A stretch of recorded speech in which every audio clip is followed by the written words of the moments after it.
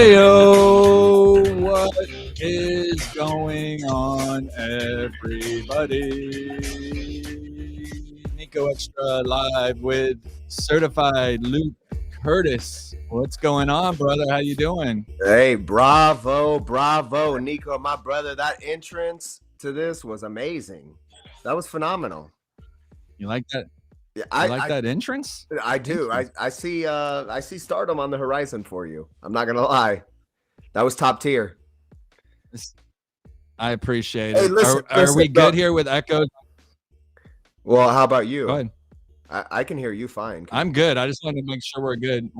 We're live on TikTok over here with over 150 people. So we're I just rocking. want to make sure everything was good. Keep going. Tell your stories. Talk it out. Yeah. I can't even remember what I was gonna say now since you cut me off. Oh, what I was gonna say is that I have been on a lot. What are we calling this? Is this a podcast or is this like Niko's show? What is this? It's a show. It's a show technically, yes. Okay, so listen, I've done a lot of interviews on different shows and on podcasts, and that was the best entrance that I've ever seen to this date. Like, no bullshit. Like, that was it, bro. That was it. I really appreciate that. You know, I do marketing for a living, so certain things I expect to be able to do well. Social media, things like that, videos. You know, I take a lot of pride in it, and I really appreciate you giving me my kudos for that. So thank you very much.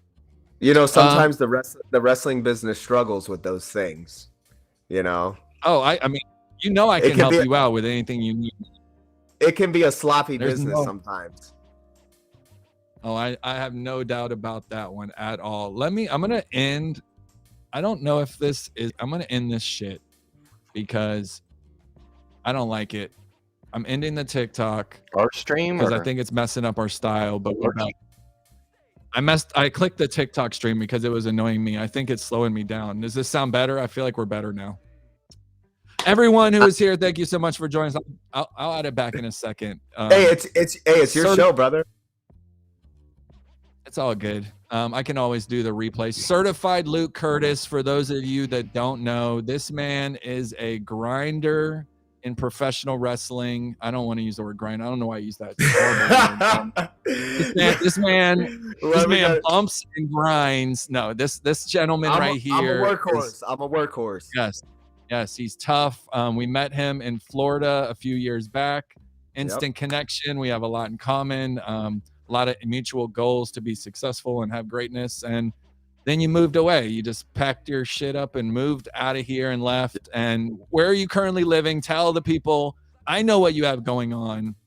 Tell the people what you have going on currently, where you're at, who you got beef with, everything, all that wrestling stuff. Let's go.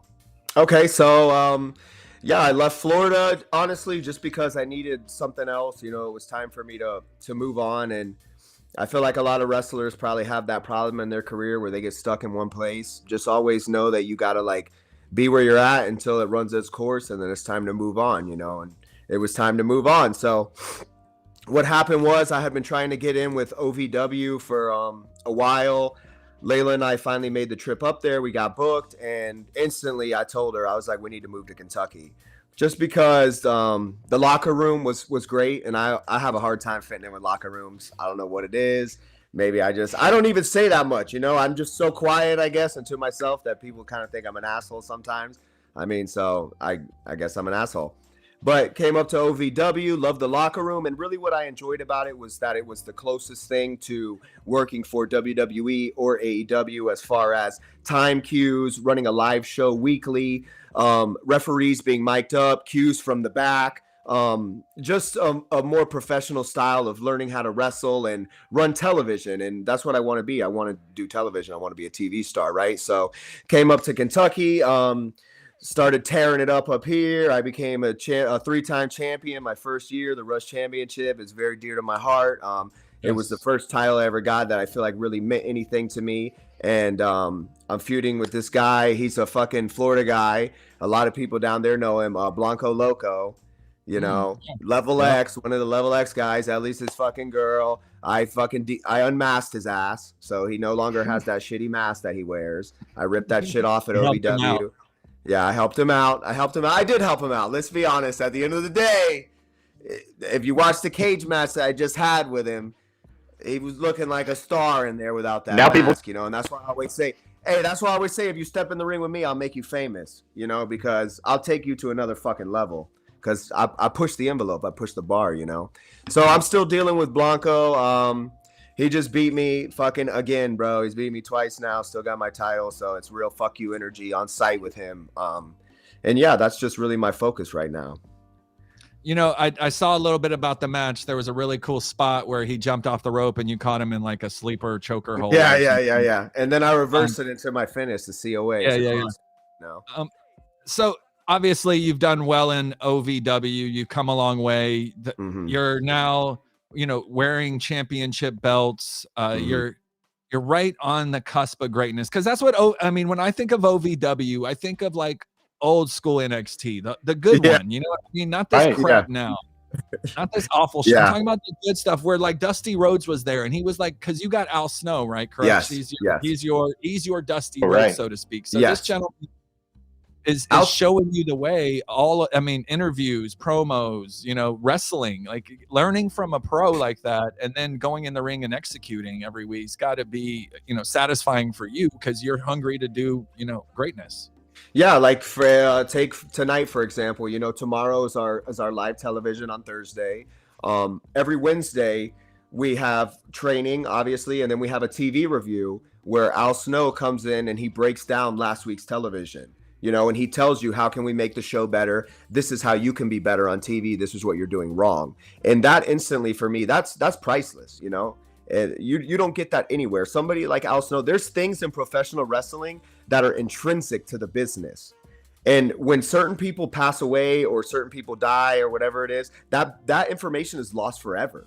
And those things are vital to making this business go the correct way. You know what I mean? There's a lot of ways to wrestle, obviously, but there's certain knowledge that you need to know to make money in wrestling, and it gets slowly lost over time, you know? So I'm really just trying to absorb as much of that information that I can, because I really do believe in my mind that one day I'm going to be helping guys. I'm going to be teaching guys, you know, and I'm going to have all this information that I've gotten from Al, because at the end of the day, like, my career changed when I came to OVW and I started working with Doug Basham, who's like our head trainer, and Al Snow, who is more of the mental side of it, you know? So they really put me on a path that helped me excel to the next level.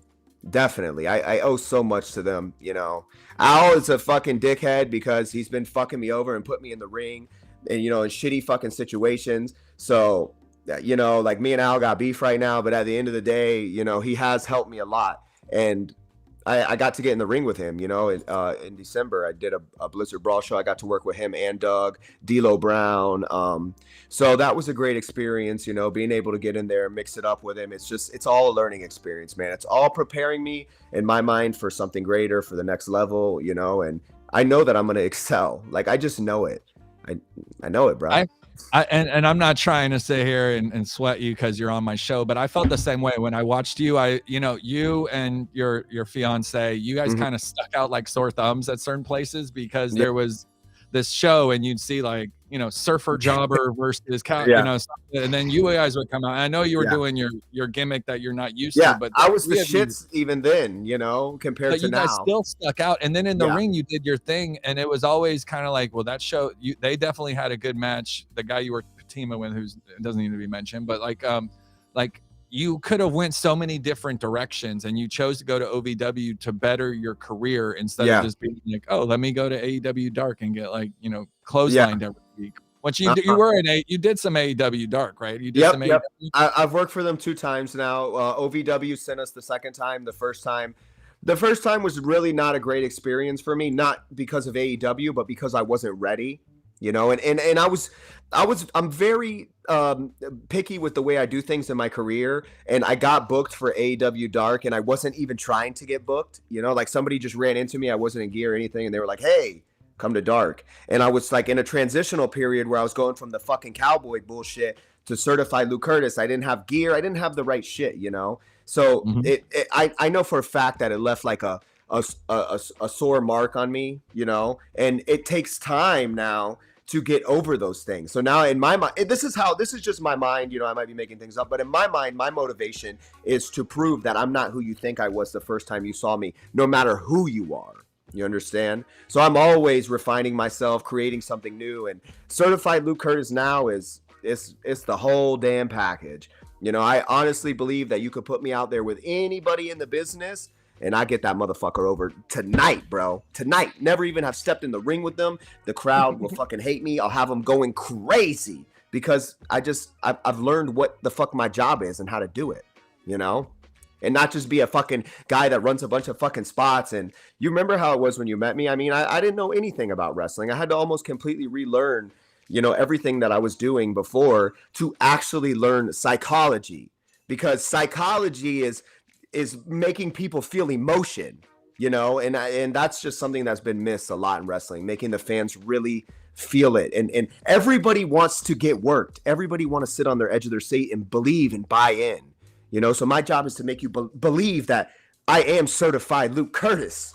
This shit is not a work, bro. This is who the fuck I am. And every single day, my job is to make people believe I am who I say I am, because then you'll pay money to come see me, you know? I absolutely agree with you. And you have come a long way. When did you decide to wear a robe? Because a robe is a big decision for someone. You know, I saw you in the robe and I was like, damn, this is a new certified Luke Kurtis. Like, you kind of, did you change instantly with the robe? Like, did you put it on and be like, this just feels right, and the gimmick just kind of took off? Because what happened there? Yeah, fuck it. Let's go ahead and get into it. And this is why I was talking to you earlier about why I owe Doug and Al so much. Because when I came to OVW, I was certified Luke Kurtis, but it didn't mean anything. And I couldn't tell you who certified Luke Kurtis was. And the beautiful thing about being certified is it's like the nature boy.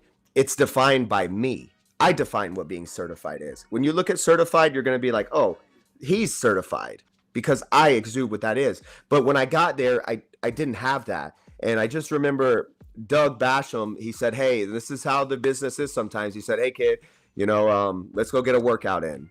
So I say, fuck, man. He takes me to an old school bodybuilding gym in Louisville. This is where John Cena used to work out, Batista, all these guys used to work out here. A lot of the OVW wrestlers would train at this gym. You know, it's famous over here, real old school. And we're in there, and about halfway through the workout, he looks over at me and he says, you know, certified is great and I love it, but there's no substance behind it. And he's like, he goes, how can we, you know, make certified what it is? And he was the one that told me. He said, have you ever thought about wearing a robe, you know?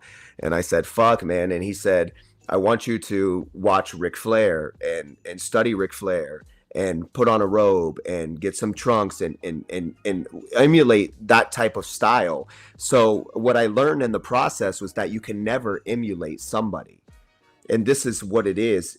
So like I would watch Conor McGregor, I would watch Ric Flair, I would watch Chael Sonnen, I would watch Buddy Landell, I would watch old wrestlers, and I would try in my mind. I would. This was the process. I haven't even really debuted the robe yet, and I'm already thinking like, okay, I got to be like this and like that. And at a point, it came to me, and I said, damn, bro, you just got to be your fucking self. And this is what Al Snow teaches. And this is why wrestling can be so easy sometimes, because I feel like Al never taught me how to wrestle. Al Snow never taught me one move. He never taught me one sequence. He never taught me one high spot. Is all Al ever taught me how to do was be more of myself.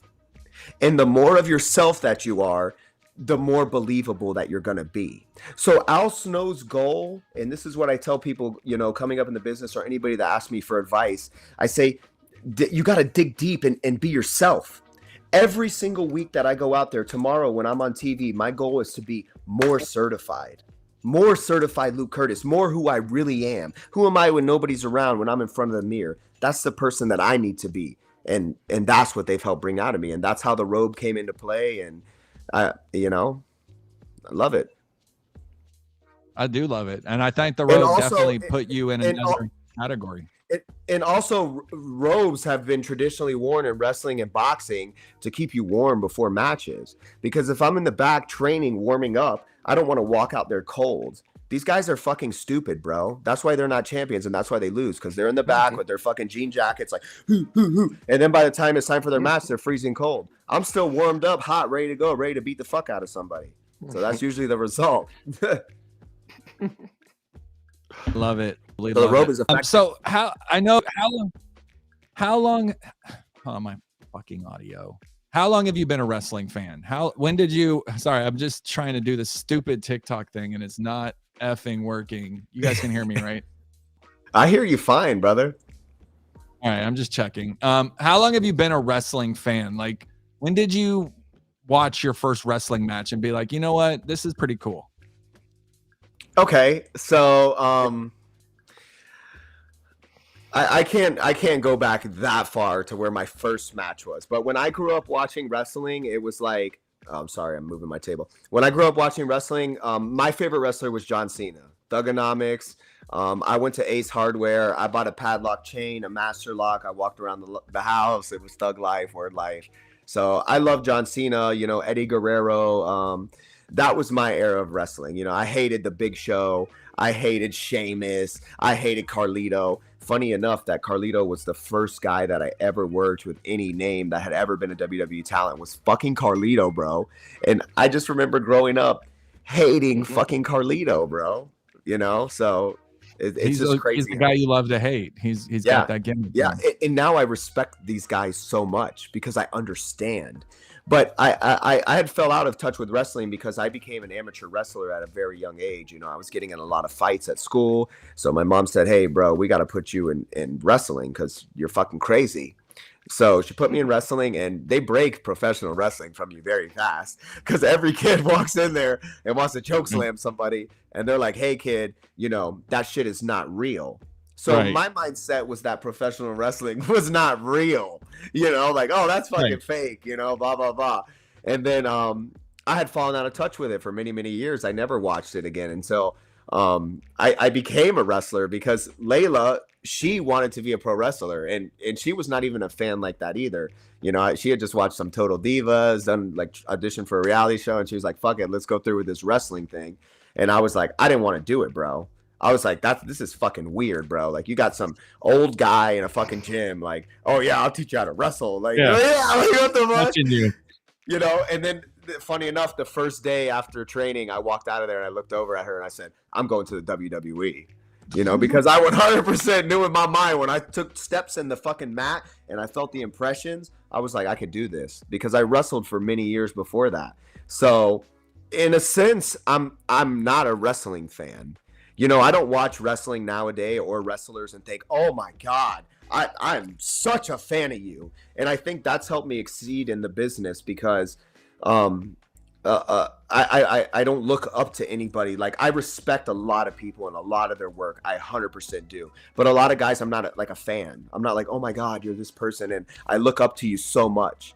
I'm still a fan of the old school guys. Like, when I met Rey Mysterio, like, I knew in my mind I had to tell him, hey man, like when I do extra work for WWE and I'm backstage, there's not a lot of people that I approach. Not because, for one, I'm respectful, and two, because I'm not just going to go up to a guy and fucking kiss his ass and lie to him and be like, oh, I've been a fan of you my whole life, blah, blah, blah. But Rey Mysterio, I knew I had to tell him, like, hey man, you are like the greatest fucking wrestler of all time. And I still talk to kids today and I'm like, who's your favorite wrestler? And they're like, Rey Mysterio. And I'm like, holy shit, that was like everybody's favorite wrestler, even when I was a child. So like, how is that even possible?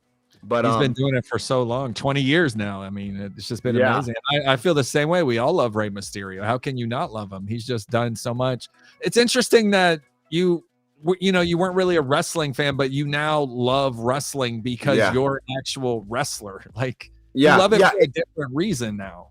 Yes, and there's a lot that goes into that because, obviously, like, well, not obviously, obviously, but before I got into professional wrestling, I had like a drug problem and, I was an alcoholic.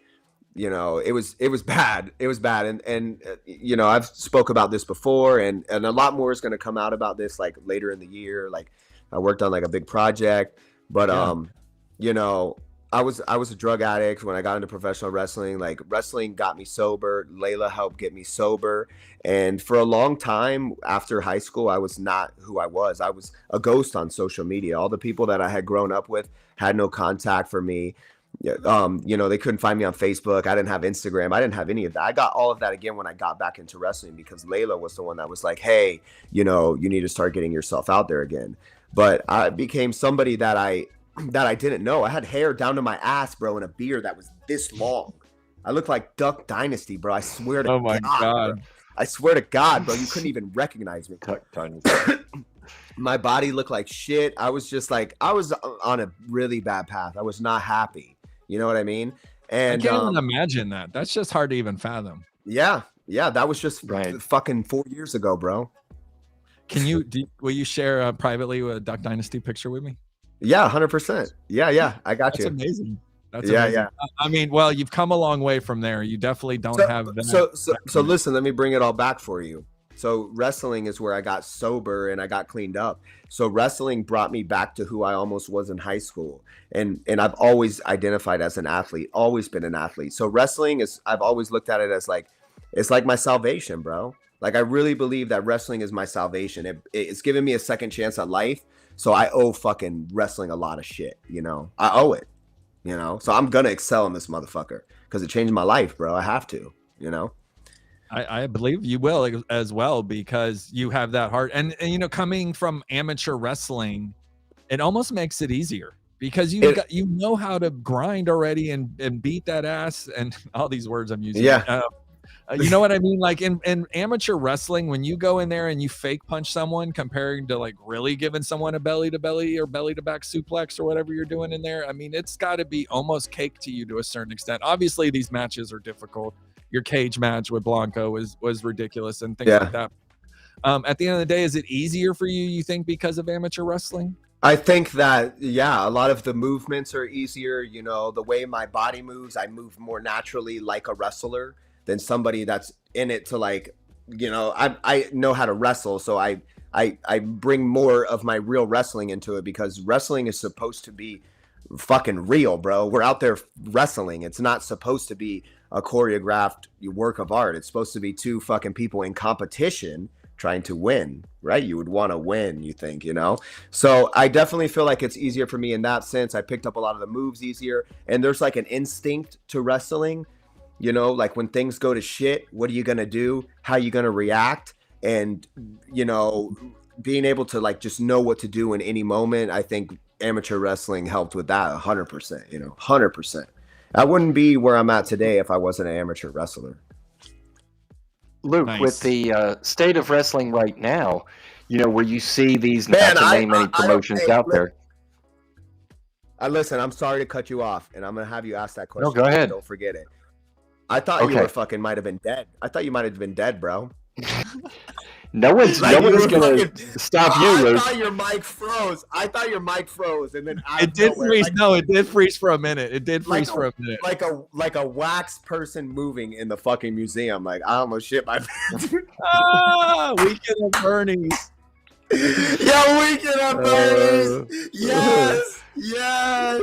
He just came alive out of nowhere. All right. Cool, Mike C, ask your question. You're on a roll. We're loving. You've got all this energy. Stop and get in the way. It's like getting in front of a train. I'm going to get run over. Then it is Weekend at Bernie's.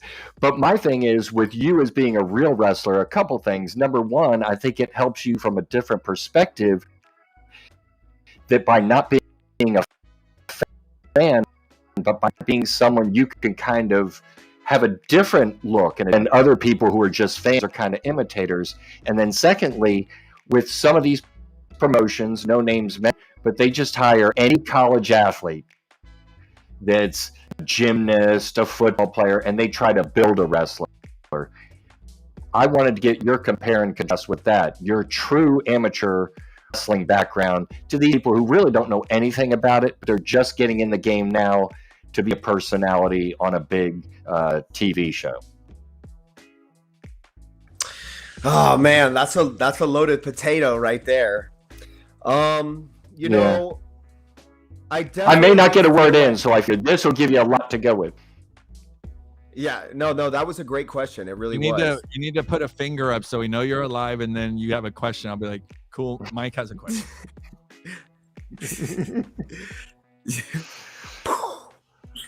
So, I definitely feel like, okay, fuck, man. Professional wrestling to be a star, and it's hard for me to talk because I'm not the biggest star in the business, but to be a star, someone that transcends professional wrestling, The Rock, John Cena, Dave Bautista, Randy Orton, Stone Cold Steve Austin, guys that have gone out and done movies, Hulk Hogan. You have to have something inside of you that has nothing to do with athleticism, nothing to do with your background in sports or anything like that. Now, I do feel like wrestlers can transition into professional wrestling very well, but at the end of the day, professional wrestling is built on personalities, and storytelling, and personalities tell stories. And Dusty Rhodes, didn't look like a fucking amazing wrestler, but he could whip your motherfucking ass all up and down that ring and do it with style. And that's what made him a superstar, 280 pounds of sweet flying soul.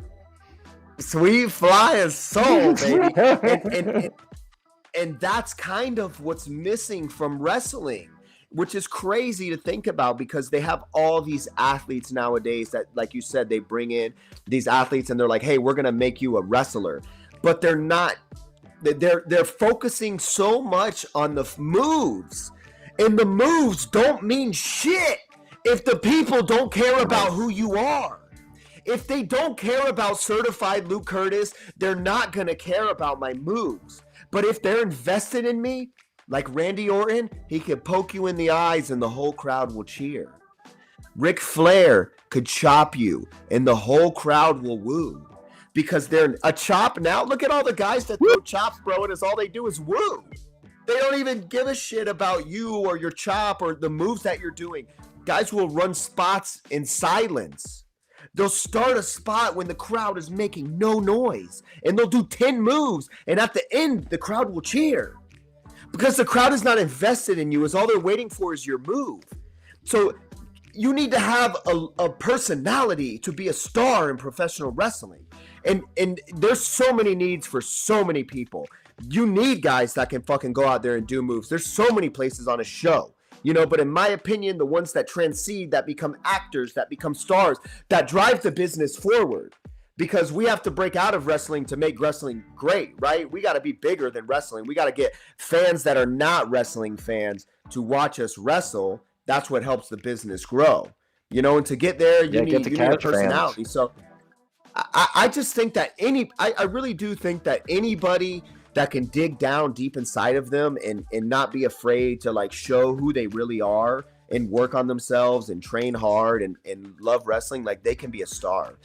Whether you were a fucking college athlete or you were an amateur wrestler or you were just Joe Blow off the street who watched the shit for your whole life and was like, you know what, man, I'm going to be a fucking pro wrestler one day, And if you're taught the right way, man, you could go really far, This is not for everybody. Mike C, Cool Mike C, and Niko Exxtra do not have that it factor to step in the ring and physically go, sure, I could do some kind of Logan Paul bullshit where I go in there and poke you in the eye or something. But really getting down, no. I'm not taking a stunner. I'm not getting clothesline. None of this is happening for me because we just can't afford to lose like that. Because I'm gonna get injured. I'm gonna get a clothesline. I'm gonna get injured and break my fucking neck and be done with sipping out of a straw. You know what I mean? This is a real life sport. And that's why at the end of the day, wrestling is not for everybody, no. but everybody with some money in their bank account can get into wrestling. That's true. And that's what they call the degradation of the wrestling business. When anybody can just come in and then it gets devalued and devalued and devalued. And then the students that never made it anywhere become the trainers. And they're training the guys that are paying to be wrestlers that shouldn't even be wrestlers to begin with. And then he was never even anywhere in his career. And then he teaches those guys and then they become the trainers. And then they don't know the big dance either. And then it just becomes lower and a lower product. And it takes away from the people at the top, So mediocrity perpetuates itself. That's just a fucking it's just feeding itself forward. Mediocrity. You're right. So it really is good, I think, for you to be an OVW because your next step, obviously, the big show with the weekly TV show and everything else. And I think this is a much better path for you to do than just doing the multiple that, you know, maybe Dark has or other places. But you're on or can on any given week with OVW, and you're used to that schedule. And having the mentors, Al Snow, I mean, that's invaluable. I mean, what an education. And I am the star at OVW. You know, I do cut. Yes, he was mistaken there. I do carry the segments. I do work through breaks. You know what I mean? I am the star. I have to. It is my responsibility to help carry the fucking show. It's not like I'm the guy just coming in to do the job. No, bro. If the show sucks and fucking people don't come, they don't buy tickets, that's on me, bro. Because I fucking suck. So I have the responsibility of trying to be a star, and that's the shit that's gonna hopefully translate to the next level. Because if I can do it at OVW, I could do it when they put the money behind me. You know, like I had the building going crazy, bro, for this cage match. There was 450 people in there, and if you watch the ringside cam video, they're going fucking insane the whole time. And like I said, if there were 70,000 people in there, it'd be the loudest you ever fucking heard it, bro. It'd be the loudest you ever heard it, because they would all be going crazy, because that's just how wrestling works. So if I could do it here, I could do it there. And that's why I'm confident. I know I could do it, you know? It's just a waiting game. And pardon my ignorance, who is the OVW world champion, and have you crossed paths? Is he on your team? Is he not on your team? Okay, I'll give you the whole rundown. I am a part of a group in OVW. We are the faction. That is the name. We are the faction of professional wrestling, comprised of me, Certified Luke Kurtis, Adam Revolver, longtime OVW wrestler, Mahabali Shira. He works for Impact. That is the OVW heavyweight champion, the Indian Lion. Right, yeah. Our national champion is Jesse Goddard. You know Jesse Goddard. Mr. Spectacular. Mr. Spectacular. Big in Impact. That's the leader of our group. Then you have Shira is the heavyweight champ, and then you have EC3, who is also in the group, and he's the NWA. Boo! No, I'm just kidding. Yeah. Hey, boo us all you want, bro, but that's Mike, that's a hell of a faction, though, for real. For like OVW, when you guys show up, it's like, oh fuck, we're getting around. Yeah, no, for real. I was telling Jesse. That's a strong. Yeah, he knows we're doing this. And our manager is Shannon the Dude, and he's a KY radio personality, and goddamn is he good, bro. He's so good, man. He gets me so much fucking heat, bro. They hate Shannon. Oh my god, bro. And that's a hell of a fact. So who's the OVW world champion? Is there one? It's the national championship, and that's Mr. Spectacular. So you got all the gold at this point, pretty much. Yeah, except I don't have my Rush championship. So I'm the one that's on the shit list right now. Currently, you're gonna get it, obviously. Yes, that is the plan. That is the plan. I'm gonna go fucking deal. I don't know. Tomorrow I have TV, so tomorrow I'm definitely gonna be addressing Blanco in some manner. So let's see what he has to say. But I definitely am trying to get another title match, which is fucking gonna happen because I get what I want. But you know, let's hope they don't have another 4 Horsemen Lex Luger situation where they beat your ass out of the club. You know, you might have to fight and get them back. If you do, this is the thing though. If something like that happens, God forbid it, you get to get the redemption on each and every one of those goobers. So you be coming back one by one. Mahabali Shara gets boom in the back like Nancy Kerrigan. You could work that for months, yeah. You get pick one at a time going back. Shira is a big motherfucker. Oh, he is, yeah. We saw him in empty times. Huge guy. We love Impact. We're actually potentially working with them in June, going up to Atlanta and doing some interviews and stuff. We're friends with a couple people. So that's awesome. Yeah, I love Impact. Impact is a great show. We might have to come to OVW though. It sounds like, you know what I mean? Cool. You definitely need to come. That's a loaded talent. You definitely need to come when we do like a big pay-per-view at the end of the summer. We do our big one. That's going to be the biggest show of the year. There'll be a lot of good shit. But like in August, don't get started till August. Yeah. So let's get back to here. We got sidetracked. And I apologize. I know we said 30 minutes and we're 37 minutes, and I I don't have anywhere to be. I really haven't asked that many questions. I got a whole shitload of questions here, but I know Mike has a bunch of. No, we love it. We love it. I know Mike has some questions too. Mike, maybe we can go one by one in the future. What is your most memorable moment you've had in pro wrestling at this point in your career? Wow, bro, you're asking. So the only reason why I'm laughing is because my memory is shit, bro. I take a lot of fucking bumps, dude. I bump a lot, bro. Like, I'm bumping all over the place. So honestly, the most memorable shit was the shit that just happened on Saturday. The most recent thing. Yeah, there had to be a moment, probably non-wrestling, but where you were wrestling someone, you were in the ring with someone, you shared a ring with someone. Okay, something had to be really special. I have maybe a couple memorable moments. I feel like when I did the WWE segment where I came out with the 5 guys for MVP and Braun Strowman came and barreled through us, that was obviously an incredible moment because I got to be in my gear and they got to see me backstage in my fucking robe and they were impressed. Now, why these motherfuckers have not reached out to me and asked me for a job when they know I was walking around backstage looking like a star? They know it for a fact, you know, and I've talked to a lot of the guys there. Everybody's like, fucking robe's awesome, bro. You look great, blah, blah, blah. Everybody eyeing me. Triple H, bro, looking at me.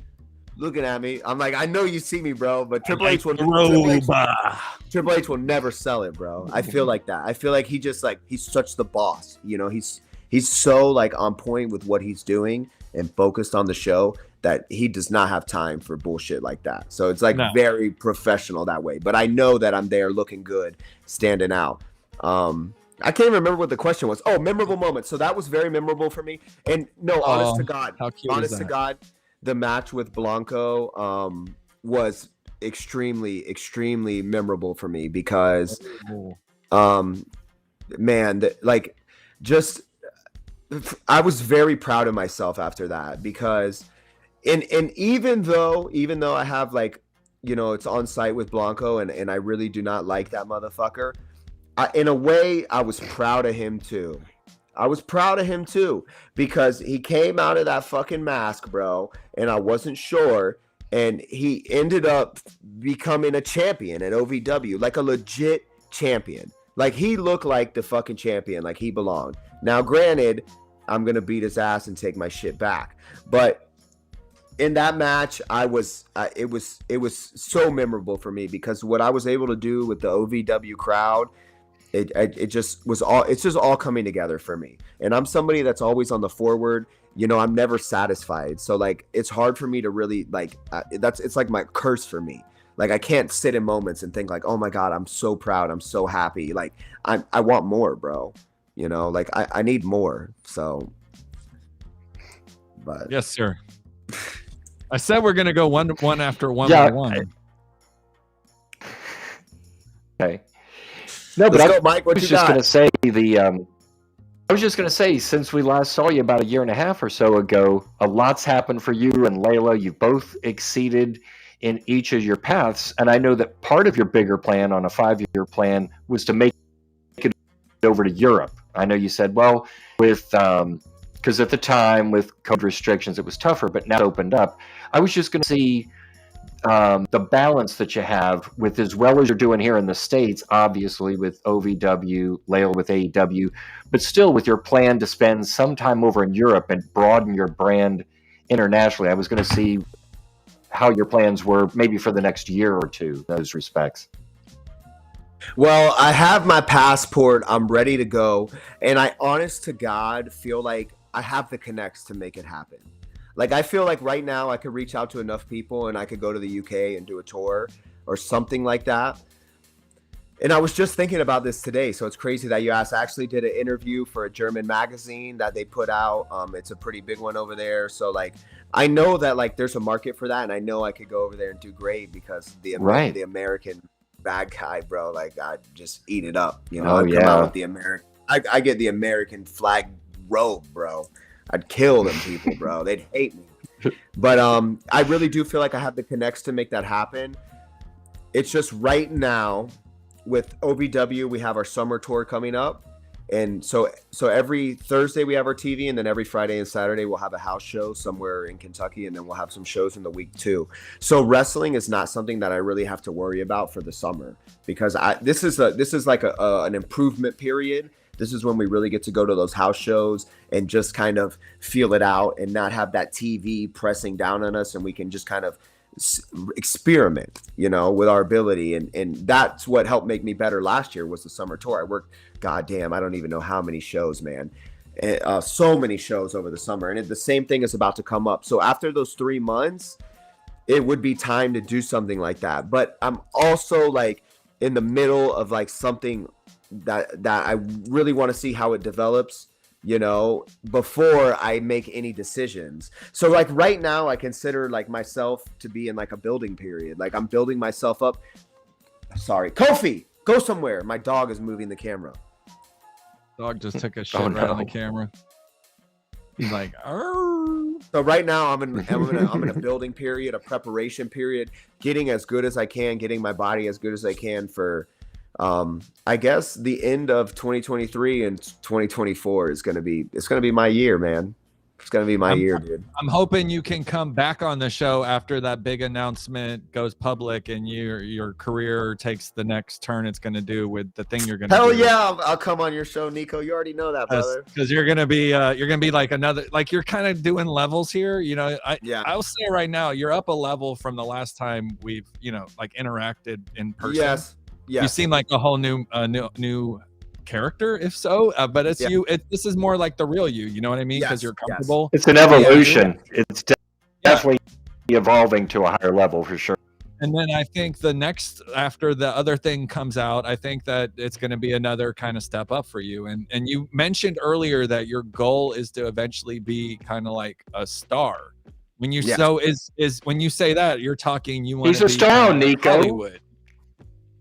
I know he's a star now, but I'm talking, you want to be like a Hollywood star. You want to be in movies, stunts. Yeah, I'm definitely open to those things, of course. Yeah, and I feel like the more that I, evolve into who I am, the more confidence I get in that. I'm like, oh yeah, I could definitely do that. Like, given a little training, a little experience, I would love to do something like that. At the end of the day, I really just want to work with my girl, She's going to be my wife. I would love to just work with my wife and travel and do what we do. I know that together our brand is going to be massive. I know there's so many things that we could sell together, different ways for us to make money. And we're always going to be a unit and a team. Yeah. Yep. So like if we can build together like that, like that's really what I would like to do, And I'm just really like, open to whatever opportunities are out there, And for those of you listening, Layla Gray from AEW is the fiance of Certified Luke Kurtis. They're technically doing this together, which is such an interesting thing that you're becoming superstars. She's already a superstar, I guess. She's already a power couple. You're an OVW superstar, but you're looking to, one day be in AEW, WWE, even Impact Wrestling. There's so many, and even New Japan. There's so many different ways you could go.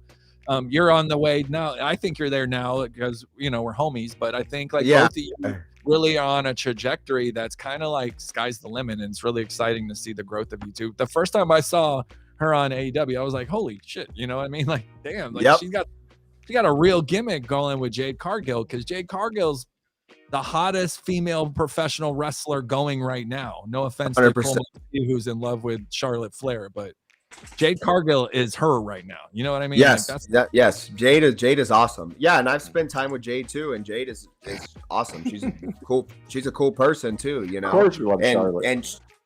And Jade is a star. And we knew right away. Like as soon as Layla got the opportunity, I told her. I said, "Hey, you need to get close to Jade."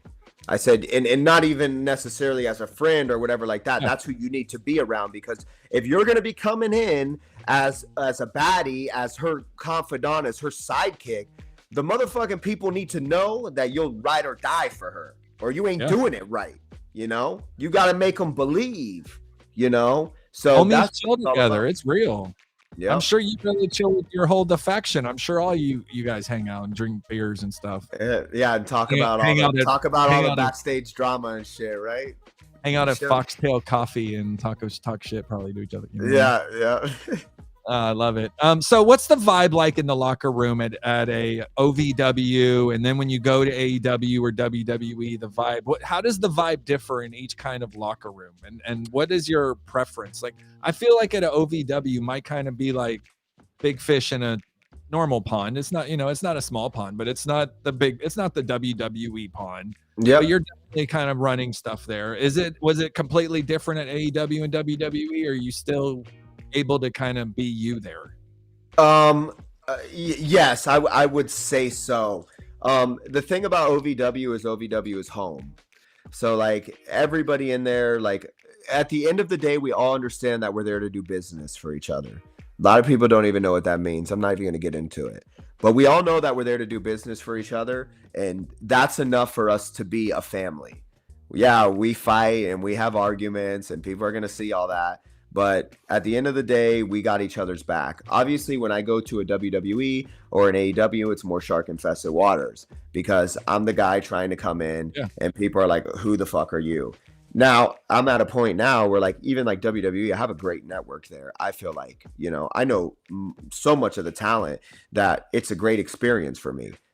Same with AEW. I know so much more people in the business that so many people are receptive to me now that even when I go to those places, it's all love because people either know Layla at AEW and they're going to support me because they support her, or at WWE, I've built my own connections that are there to last. I mean, bro, I don't even know if I'm supposed to say this, but when we were at WrestleMania, I was in a yard house with Layla, and Adam Pearce came up to me, bro, and shook my fucking hand and said, hey, how are you? You doing good? Everything good?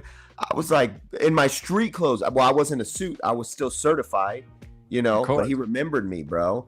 And I was like, damn, like that means a lot to me. That means a lot. That means the world to me, bro, because I think to myself like, hey, I'm not there, but I must be on the right path. Like if the guy's going to fucking say hello to me, take the time to say hello to me in a yard house, like I'm memorable in some way, man. Fuck, man. Dude, that's pretty cool. I mean, like OVW gets visibility. Oh yeah, they watch OVW. Definitely. They watch it. They're watching. They're looking for OVW as people that they could bring up to the next level easily.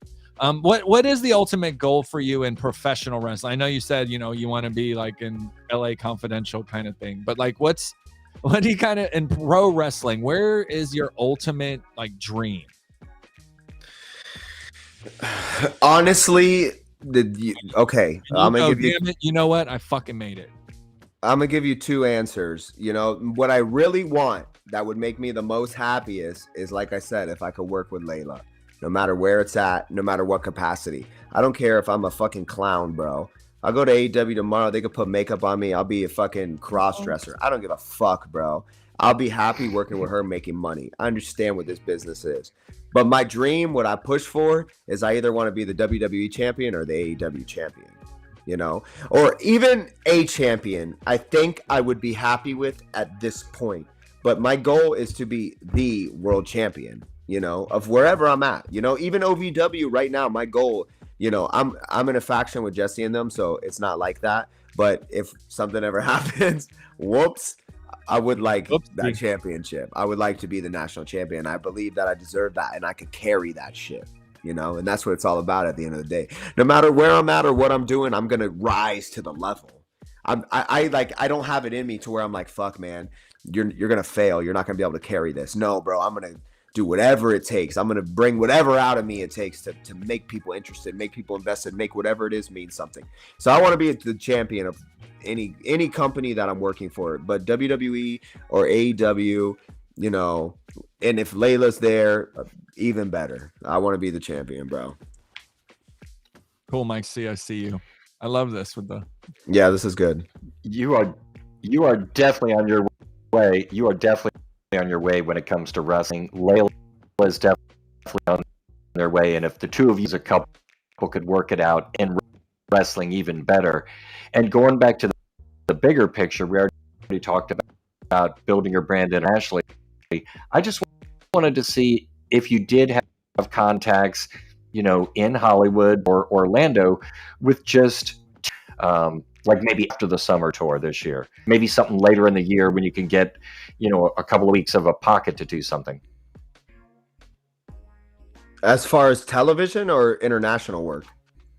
The television or film work or anything else that you may have outside of wrestling that you can do in between to help build your brand a little bit there. And it doesn't have to be as big as. Yeah, there's definitely opportunities for that, and I've missed some of them by being a little bit lazy. Like even out here, I know Al is doing a movie right now, and I think they were looking for people for that. He's doing a Western. He was actually doing that tonight, so we didn't have our review. And then there was another wrestling opportunity for a TV show or something out here. But as far as those connections go, I do have some people that are involved with that, but I've never really sat down and spoken to them like that's a thing, because I feel like that's a little more down the road for me. There's some things that I want to get done in wrestling to propel me to who I want to be before I go into film. I want to introduce somebody a little different into like film, a more improved product. I was even part-time, like even part-time to get your name out there so that when you go to shows, they go, oh, I know Certified Luke Kurtis. He was in this one show. He had one part as a bad guy. You show you beat the daylights out of somebody. Yeah. Something as a resume builder for later. Yeah. Yep. Yeah, that would definitely be a great thing to look into. And me and Layla have spoken about like me getting licensed as like a stuntman or something like that. And I feel like that would be a good way for me to break into that. Like if I got involved in stunts, they would be like, well, you're a good looking guy. Like maybe you could be in a role. You know what I mean? So, right. We'll see, man. Get your SAG card and you're off to the races. Yeah. Exactly. Yeah, Saki, I definitely. sock puppet. I need to be more proactive. Saki the sock puppet. I love that dude. He's awesome. He has 27 different sock puppets. He is great. He'd be rocking it. We got all kinds of crazy people up in here. We are 20 people live. Ask your questions here. We've been running the gauntlet with Certified Luke Kurtis. Let's hear what you guys have to say. Let's hear some more questions. I have more questions. Mike, do you have any questions you want to go real quick? I hate to go past the hour, but I'm having a lot of fun because quite frankly, I miss you. Yeah, man, I don't care. We can talk, I know. Kofi, go away. There's nothing wrong with this being the longest interview ever. As you all are growing so much, just one of your right. Is he going I was out going to say, being in Florida, Mother Lover Jake Tucker, success and things too. Do you guys, keep up with him at all? Channing Lauren, Stacks? Yeah. I always try. There's only two guys that I always try to reach out to and show love to, that I feel like were very receptive to me on the indies, and people that I just really respect what they do. One of them is him. I actually should reach out to him because it's probably been, time goes by so fast now, especially when somebody goes and does something else. It's probably been like months since I've messaged him or anything like that. But what we'll do is, drop in and show love, and that's it. Like, reply to a story or something like, hey man, good to see you're doing good, blah, blah, blah. So I keep up with him, and I keep up with Dawkins, Malik, Yeah. So I always Malik, yeah, right. And they both are doing so good, and it's so deserved, and I knew that they would do great when they're there, and I just remember when they were, when they win, and yeah, of course, man, I always try to reach out to guys, and it's guys that I respect, because like the fact that they got there and did that, like I have respect for them because they belong, those guys belong, man. And man, if they ever give him that gimmick back, would be one of the biggest baby faces in the company. Oh, he'd kill it. Or dude, whatever. I'm 43 years old. I've been watching wrestling my whole life. I'm 43. I started watching when I was 5. I got the picture of Rikishi the first time I fucking went to a wrestling match in 1985 to this date. Like Mother Lover has it. You know what I mean? As soon as I interviewed that dude, I was like, damn, this dude's got, and then he went in the ring and he was that dude can, and he is being so held back.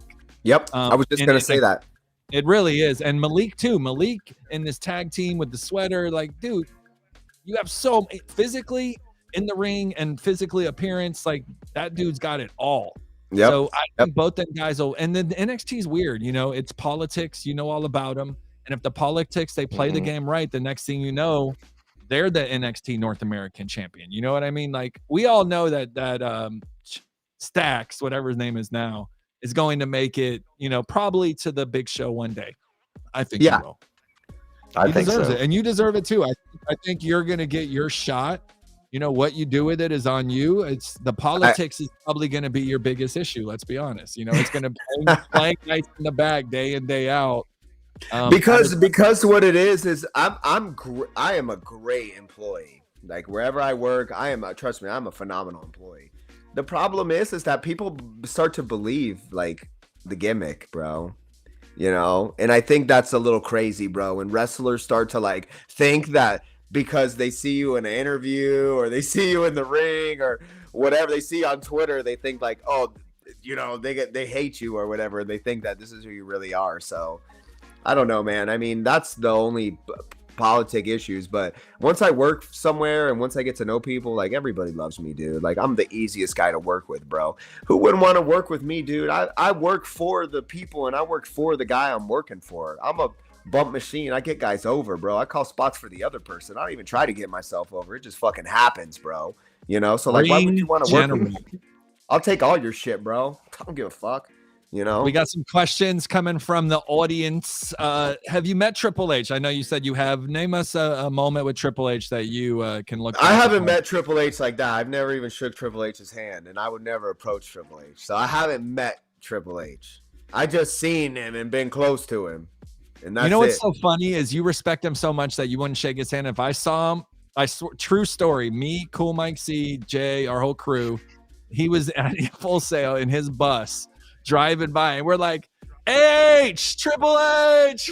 We're yelling at his bus. That's how disrespectful we are. Like the Beatles going by. Yeah, because somebody like that, he understands that I need to understand my place when I'm in a building like that. And he needs to know that I understand my place. So I'm definitely not going to be the one guy that's right. Yeah, like he's the boss. I have respect. But I'll tell you like a story. Like I watched him get like I watched him get in the ring and like help somebody do something better, like throw a punch or like the position they should have thrown it from, and it was like just a great thing to see because he was so right. And it was like one of those things where you're like, damn, man, that's why he is who he is, and then when they did it on TV, they executed it and it was much better than what they were going to do. And I was like, man, that's why he's the man, because he was able to get in there and do that. And I know people respect that, man. I know they respect that because he almost becomes an agent. He's a wrestler. Yeah, let me help you make this better. And being the guy that's running creative and doing that for you, like he has the vision. And this is the same with Al. When Al comes home, when Al sits there and he writes the show OVW, he has a vision in his mind of how it's supposed to look. And then the wrestlers are there to execute his vision. And if they don't do that, he'll be like, oh, well, this didn't look right, blah, blah, blah, because they didn't give him what he was picturing when he wrote it down. And only he knows what that is.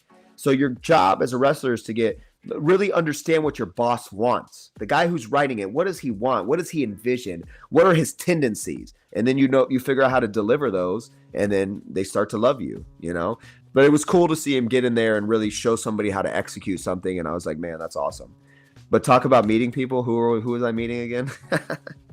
I'm just trying to get all these comments to go through. Triple H, Ryan Gaming, who, interesting. We met Ryan at SummerSlam and actually sat at the bar with the Usos, and he bought them drinks. It's pretty funny. So we got to meet him through TikTok. He says, who is your dream tag team partner? If you could meet anybody or be a tag team partner with anybody, who would it be? Dead or alive? Sure. Let's go dead or alive. Let's do one of each. One of each. If I could tag with one wrestler, Paul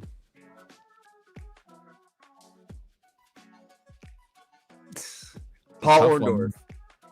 Mr. Wonderful Paul Orndorff. Nice. Y'all would have some robe game going on, some real strong robe game. Yeah, he's definitely one of my favorite wrestlers. Most people in here probably don't even know who that is. Oh, come on. They got to know it. They probably never even seen him match, bro. They never seen him pile drive Hogan. He says, they never seen him pile drive Hogan in the ring, bro. If they did, they'd be better. Are you rocking the fanny pack right now? Tim wants to know. Hell no, bro. Hell no. You never catch me in a fanny pack, bro. I have a very serious issue. Oh, sorry, Royal Rumble, my bad. With Cal Hero, the fanny pack kid. If people know who he is, he wears a fucking fanny pack, and me and him, we got issues, bro. No fanny packs. We beat him bloody in the ring like a month ago. The faction. You're obviously too young to know about The Rock's Halloween when he. I know about it. The fanny pack and the chain. I'm just telling you. Look, people are in here talking about Cal sucks. That's how they know. Telling you. Who is your favorite wrestler from the modern and 2000s era? And how old are you? You're a youngster yourself, right? I'm 29. I'm not that young. I'm about to be 30, brother. But in the 2000s, you were. If WWE's watching, I'm 24. I'm 24 years old. Sign me. And 2 inches 2000 taller. and on. Who was your favorite wrestler? So 2000 and on. 24 and 6'7". Nice. That's the way to go. Who was your favorite wrestler in the early days? Cena. Early days for you, not for me. Yeah, he's right. It was Cena. I did say Cena. Yeah, you said it. I like Kurt Angle. I like Eddie Guerrero. I like Jericho. I like Stone Cold. I like them all, bro. I like all the good guys, all the one that everybody liked, all the good wrestlers that people were like, hey, these guys are fucking awesome. He said, no cap, bro. He was the shit. I love it. He was the shit. Cool, Mike C. I know you got a couple more questions. I got a couple more, and then we'll all get out of here and go to bed. I know we got stuff to do. It's a busy Tuesday or Wednesday or Thursday, whatever. I got an 8 o'clock haircut appointment, picking up Layla from the airport at 11, going to OVW at 4 o'clock, getting Chick-fil-A before I go. That is always the routine. Dealing with Blanco, leaving OVW. We go to get tacos from a food truck that's close to our house every Thursday night. We sit back and we watch the show on this couch and on this TV right there. And that is how my day will go tomorrow. But let's get into the questions. That's funny you say that, because my question was, how do you balance work and personal life? And you pretty much just explained it. You you take business, you beat that down of Blanco or whatever clowns in front of you. You go pick up your beautiful fiance. You watch some TV, and then you rinse and repeat, as Brock Lesnar would say. Yes. We have dinners. We do certified stuff. We chill with our dog, and certified stuff. That's a certified day. Clint said it best. That is an absolute cert. People, there's still 24 of you, 25 of you in here. Ask your questions. We don't usually have this many people on an hour and 4 minutes. We only do a 30-minute show. Maybe we need to start doing a longer show, Cool Mike C. I think it depends on the guest. That's true. It's all because you're here, big dog. Not necessarily the amount of people. That's definitely the guest, but the time. When I figure out how we go live on TikTok, we're gonna bring you back, and we're gonna have there was 445 people in my TikTok live. Dude, bring the TikTok back up. We can just keep this going. I think it was fucking up. You want to try it again? It was fucking up the audio, I think. I don't know. We can try it. We can run the TikTok, but we got to keep it fresh. So yeah, you can't. No more F-bombs for the foreseeable future. We'll see how it goes. It's on TikTok? Nah, not really. Okay. So PG for TikTok. All right. Well, everybody on here got the good shiz. Now we'll go to TikTok and we'll kayfabe a little bit. The unrated version. Can we Fizzuck? Can we Carney? Guys, for the people that are in here right now, when I go live on TikTok, if it starts going shitty, the stream, let me know in the comments. Be like, hey, this sucks. They asked if there was a female wrestler I would tag with. I tag with my girl, bro, all the time. Vera Marie. The TikTok audio was fine. It was fine the whole time. I think it's just you. I don't know. I get scared because we have issues in the past. We're gonna turn it back on. I got a good match this Saturday coming up. Tell me match this Saturday. Who do you got going? Wait, are we connected to the TikTok yet? We are TikTok live. Was there Quit cursing. Gosh darn it. Quit darn it. Let me know in the comments comments over here. Welcome. This Saturday in Wisconsin, I am wrestling the chairman, Sean Spears. Ooh. So that should be a good one. You know, he's a former OVW guy, current AEW guy. You know, it'll be a good opportunity for me to show that I'm not the bad child that everybody thinks I am. That I'm a good guy who's great to work with. Give him a beat. That's a big and I'm gonna beat his ass. Yeah. We watched Sean Spears wrestle many times at NXT, and he was a legit wrestler. You know what I mean? Like, I loved it. Yeah. Is it good or is it bad? People, let us know. It is saying it's cutting out. I told you. Niko cannot handle any glitch in the stream. It drives him crazy. It was cutting out. Look, audio's cutting up on TikTok. I told you, man. It's running. Are you loading those? Hey, are you loading those comments on my screen? Yes. Or do they just come up? So you literally just put the comment that said audio is cutting out. Like I didn't see it on the side. So now you put it over my face so I would see it. I heard them. You did it again? Yeah. I heard them say it, bro. Look, someone else said it's perfect on TikTok. So TikTok works. I'll Sean is a great... Guys, I'm sorry. I'll figure it. I have 138,000 people on there. I don't know why it doesn't work. Go ahead. So annoying. Sean is a great wrestler, and the advantage that I have is I've watched a lot of his matches, and he probably hasn't watched any of mine. So I already know all his shit.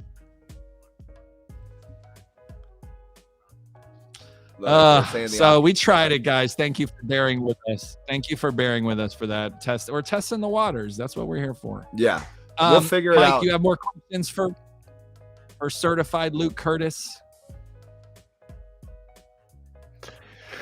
Well, I can't hear anything you're saying. A bit more about the summer run. It's going to be. Now I'm not in. Where are you going to be this? Where are you going to be this summer? No, I was just. I was going to say this audio. Some of the shows that he has coming this summer, like the pay-per-view that we could go to. Dude, my audio is good. This stream, I don't know then. TikTok ruined everything. Go ahead. I heard him. He said, what do you have got going on this summer? Yeah, like I said, the OVW Live Summer Just a Tour, good chance for you to. Yeah, they're really just going to be like, they're more of What would be a shows, so we go to like big show that's a must-see, that's kind of your main summer that we would go to? He's delayed. I don't know the exact day, but at the end of it'll be in August. We'll have our big one big show. No, we have pay-per-views every month, and they're all fire when I'm on it. Up there for it, so that would be SummerSlam for you. Well, let us know the next one that you're going to be on. We ought to go there, Niko. Is it me or is his audio fucked up? I don't. His audio is fucked up. Do I sound okay? You sound fine. You sound fine to me, and then it's TikTok this time. It's always something else. We're like the clown crew. Look, just follow me. Stay up to date with me. I post about the pay-per-views. The pay-per-views are always good, but when there's a good one, you know, let me know. I'll let you know, and then if you want to come, you can come. If not, fuck it. But at the end of August is our big one. That's when it's all gonna go down. You know. That's where we said. Go. Let Luke talk. He put it on the screen. That's cool, Mike C. Damn it! Don't you dare talk to him like that. He said, "I stopped talking." Certified Luke Kurtis. Where can they find you? All right, guys. You guys can find me on YouTube. I post all of my matches. I post my promos. The pay-per-view in August is at the Davis Arena, as always. Follow me. Just Google the fucking Certified Luke Kurtis. YouTube, Luke Kurtis versus whoever. Instagram, Certified Luke Kurtis. Twitter, _Luke Kurtis is the only one that's different. Facebook, Certified Luke Kurtis. Literally, Certified Luke Kurtis. Just Google it, bro. You'll find me. And that's Luke Kurtis with a K, baby. Don't forget it.